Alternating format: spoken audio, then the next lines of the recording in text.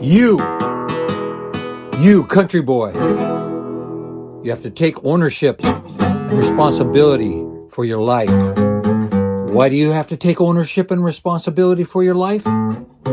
Because you're alive and accountable to yourself. You're not a stone. You're not a lifeless body, a lifeless corpse.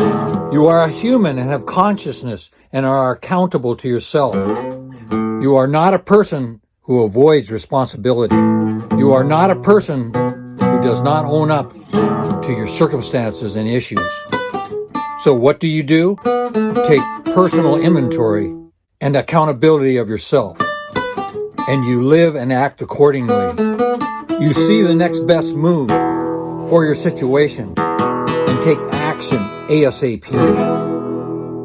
You do this to help save yourself and others. And then you become content with your thoughts and actions, despite the shortcomings of your character and despite the shortfall of your goals.